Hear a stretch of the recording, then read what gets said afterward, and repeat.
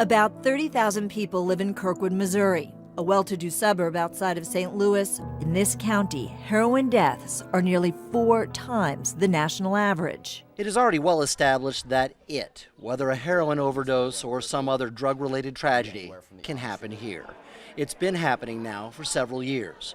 For parents, talking to our teenagers is a must, and it is a different conversation than the one about vaping or cigarettes. And I think that becomes a more pertinent and severe conversation. I think that's when you really have to be probably a little bit more direct with the kid as far as like the consequences and helping them understand the risk that their friend may be putting themselves in, as well as the risk that they're putting themselves in as well. I mean, because of, like you said, sometimes that can be life-altering or life-ending. For most families, handling the prospect of drugs, whether it's your own child using or one of his or her friends, is much more about the lines of communication, both in the family and at school, than anything else. It starts young, helping kids understand that they have to find someone or know someone in their building or in their community who they can trust with that information that's scary, and you have to be able to share that to not only save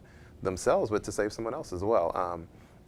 I mean, that's so huge. Part of making them understand why they need to stay away from drugs and keep their friends away from them requires frank and sometimes graphic conversations about what can happen. This is about life and death, and they need to understand that. And as they get older, like I say, the details, you can go into more detail. You can talk about how it impacts not only that person, but it impacts their family. I mean, we've had families in our area that, after tragedy has occurred, they've left the community because it's it's painful sometimes to still be here. And so then you let kids know, hey, it has huge impacts on not just you, but everyone. It's not just about our own kids. They have friends who may be courting danger, and they may be faced with the decision to tell an adult.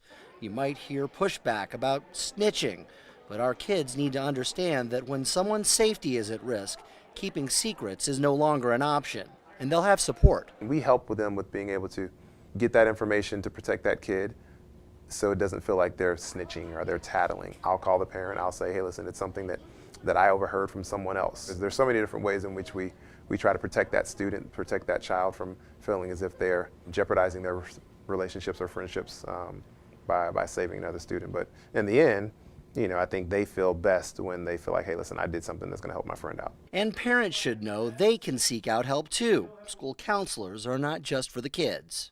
Speak to the school counselor, you go and be able to identify other community resources. The key to it all is maintaining that relationship where the teen feels safe about opening up. Parents need to work on it at home, just like staffers are working on it at school. The relationship piece at schools, I always look at, how we connect and relate to kids. It's just not academics. I mean, we serve a larger role in being able to help them navigate life